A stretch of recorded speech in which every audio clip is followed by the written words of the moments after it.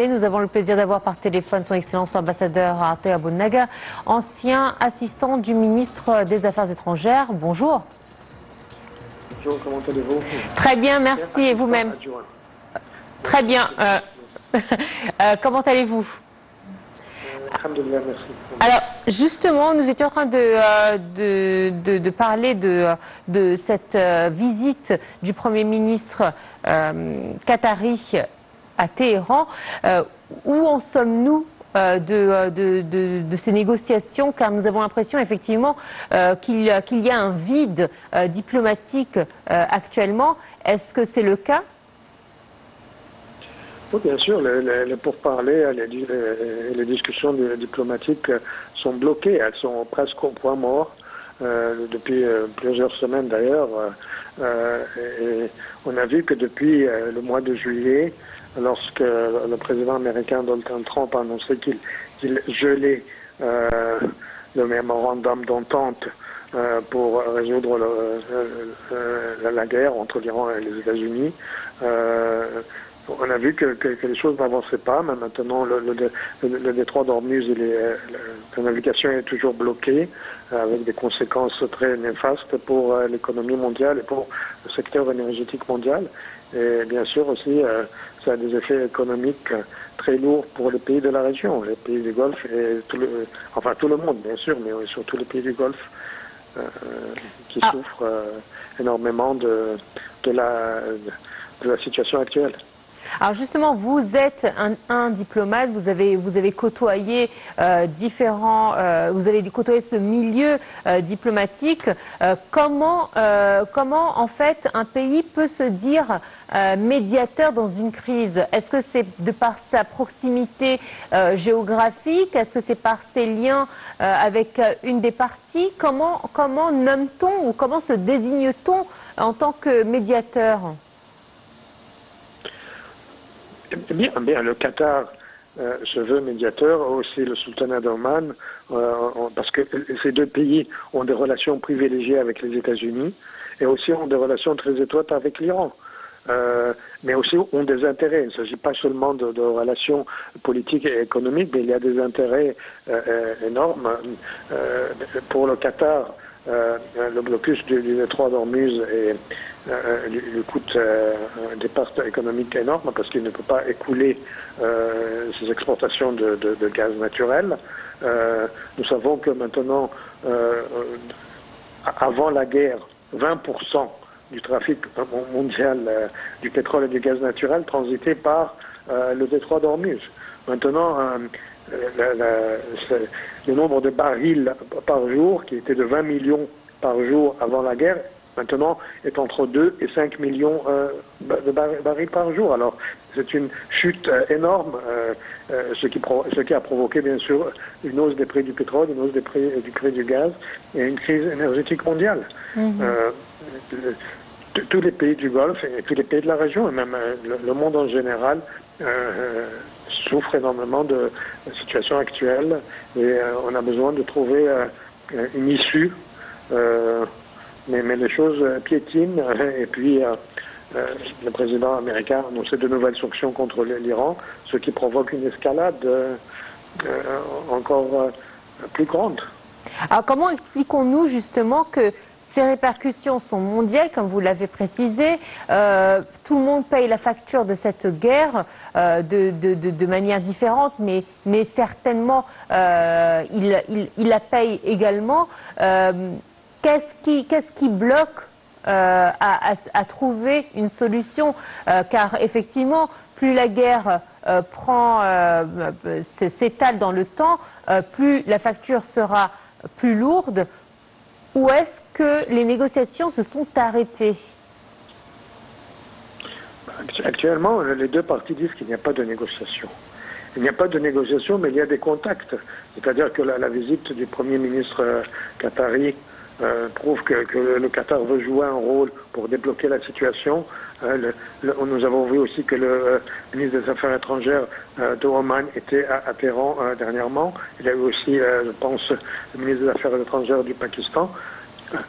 Tous ces pays-là essaient de faire bouger les choses.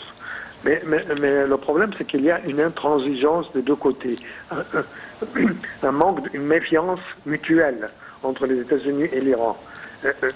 Et le président américain, Trump, il sent que cette guerre lui a coûté aux États-Unis beaucoup de pertes économiques et politiques.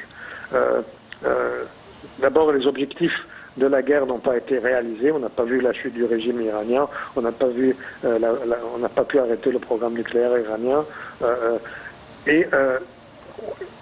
Il passe maintenant à des sanctions économiques. Il a annoncé que les sanctions économiques vont être encore plus vastes, plus efficaces, enfin pour essayer d'asphyxier l'économie iranienne. De son côté, l'Iran ne veut pas céder, et continuer à bloquer le détroit d'Ormuz, à menacer les navires qui transitent là-bas par des missiles, par les drones, parce que l'Iran sent d'une manière ou d'une autre qu'il a les cartes en main, plus que les États-Unis. Alors, il ne veut pas céder, il cherche la levée des sanctions, il cherche le dégel des avoirs iraniens. Il pose des conditions, le gouvernement iranien pose des conditions pour la réouverture du détroit d'Ormuz. Maintenant, vous savez aussi, il y a des choses qu'on essaie on essaie de trouver de nouvelles routes. Oui, comme celle au niveau de la Russie. Oui, mais bien sûr, la Russie, vous voulez dire pour le transit du pétrole ou bien? Je ne comprends pas la question. Non, je voulais dire qu'il y a une route, effectivement, qui est empruntée, celle qui longe les côtes russes. Celle-ci est avantageuse, effectivement, pour le moment, parce que nous ne sommes pas encore entrés dans des climats très froids, mais au bout d'un moment, c'est des transits beaucoup plus longs, des trajectoires beaucoup plus longs, effectivement, sur les côtes russes. Mais lorsqu'il fera beaucoup plus froid, ce seront des routes qui seront à haut risque. Oui, bien sûr. On est en train d'essayer de trouver de nouvelles routes. On parle même d'essayer de faire transiter le pétrole par la mer Caspienne. Mais aussi, Oman et l'Iran essaient de trouver de nouveaux convois, pour essayer de sortir du cercle vicieux que représente le droit de la situation actuelle à cause du blocus du détroit d'Ormuz. Alors, l'Iran et Oman ont essayé de trouver un nouveau corridor pour le commerce du pétrole et du gaz naturel, mais les détails n'ont pas encore été annoncés. Et c'est pas très clair si cela sera possible ou non. Comment expliquez-vous, Monsieur l'Ambassadeur, le silence des grandes puissances? Car, comme vous l'avez mentionné, cette guerre atteint tout le monde, étant donné que effectivement le détroit d'Ormuz est essentiel à la navigation du pétrole et que tout le monde est bloqué de par cette crise. Comment expliquez-vous leur silence? Même si nous le savons, l'Europe a des différends avec l'Iran, mais il reste la Chine. Pourquoi nous n'avons pas de réaction directe de la Chine? Pourquoi ne se veut-elle pas médiatrice dans cette crise? Non, la Chine, je crois qu'elle a réagi. Elle a annoncé que les sanctions que les nouvelles sanctions américaines ne seront pas efficaces, qu'elles n'aboutiront à rien. Je crois que le gouvernement chinois a critiqué la mise en place de ces sanctions. La Chine trouve toujours des moyens pour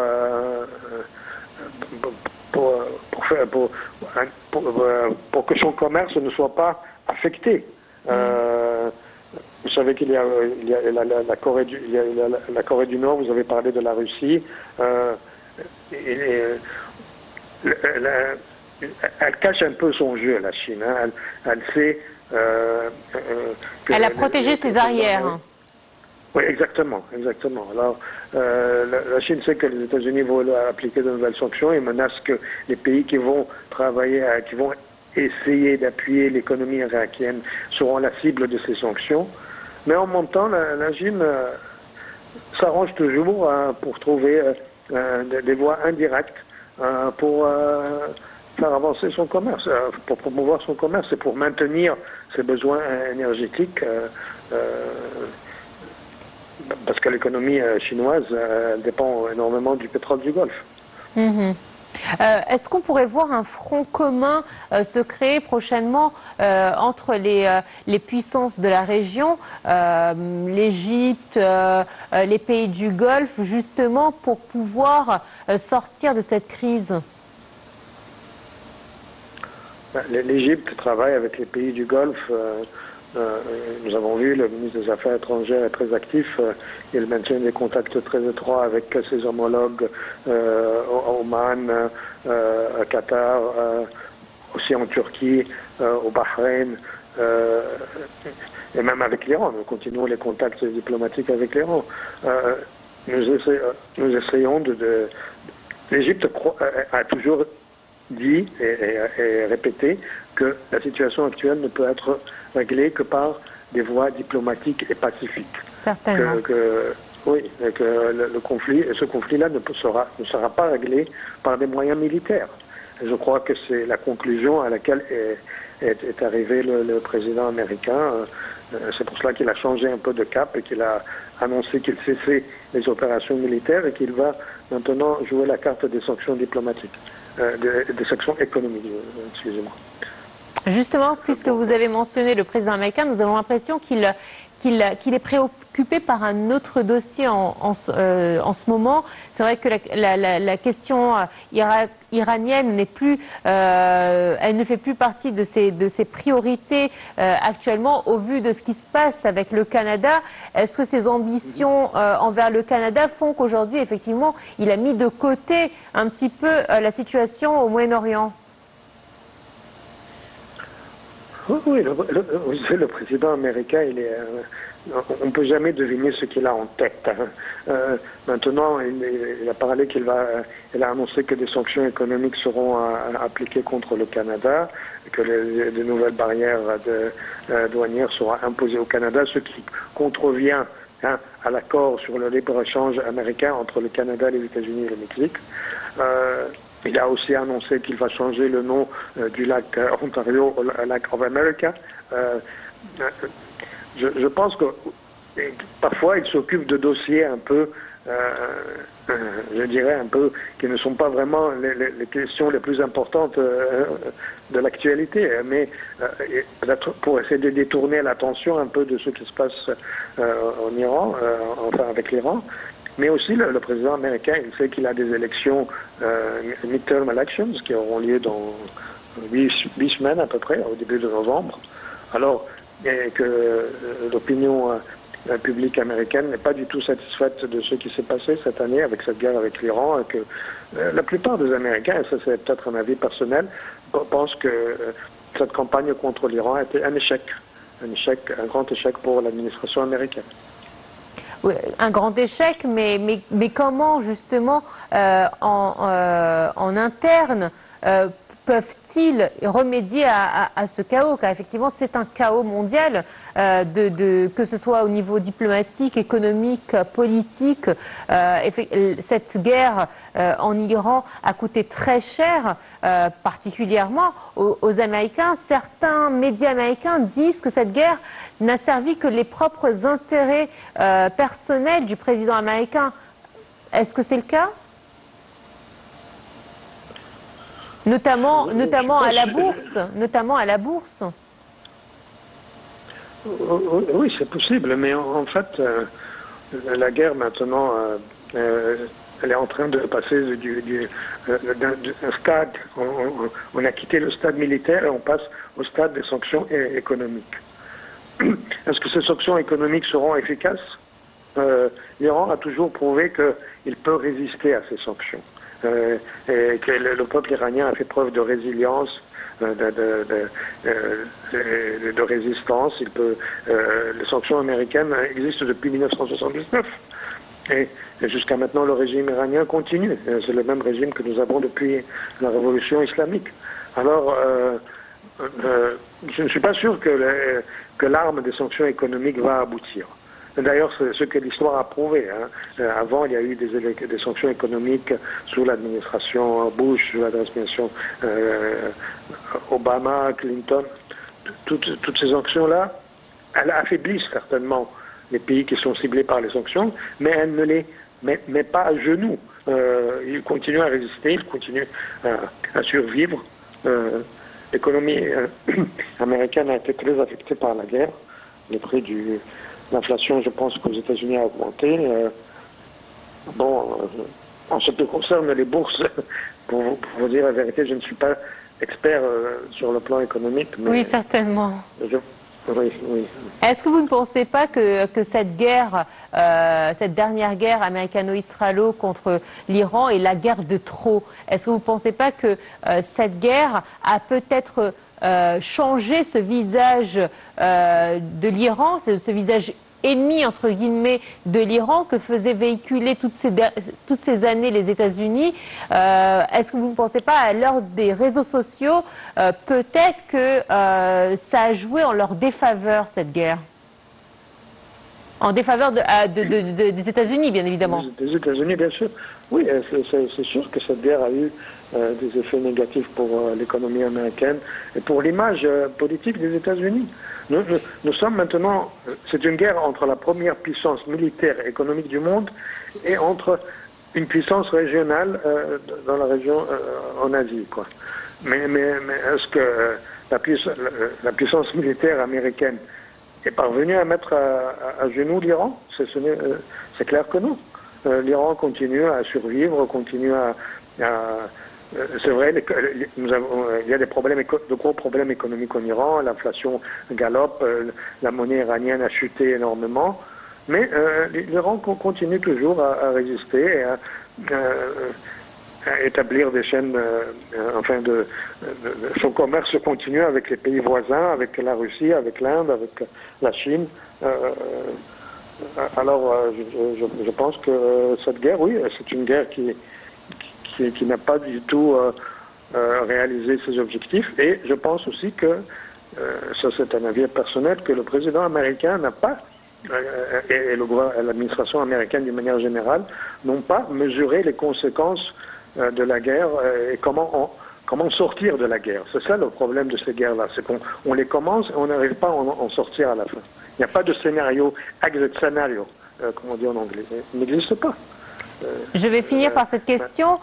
Comment expliquez-vous cette résistance iranienne? Est-ce que c'est de par sa puissance ou au contraire, de par cette résistance sur du long terme? Vous l'avez mentionné, ils sont en guerre depuis les années 60, voire même au-delà. Est-ce que c'est le fait d'être dans une résistance en continu qui leur a permis d'aujourd'hui de résister à cette nouvelle guerre, ou bien ils ont montré une puissance que peut-être nous ne connaissions pas? C'est clair que le peuple iranien a montré qu'il était très résilient, qu'il pouvait résister, qu'il pouvait supporter les sanctions et s'est rangé autour de son gouvernement, de son régime, quoi. Et je crois que c'est dans la nature des choses que quand un pays est agressé par une puissance militaire énorme comme les États-Unis, eh bien, ça a un effet positif sur le plan national, que tous les Iraniens sont autour de leur gouvernement. Et d'ailleurs, cette situation-là s'applique aussi à l'Ukraine. Je veux dire, dans le sens que la Russie continue sa guerre contre l'Ukraine, mais n'a pas pu réaliser ses objectifs.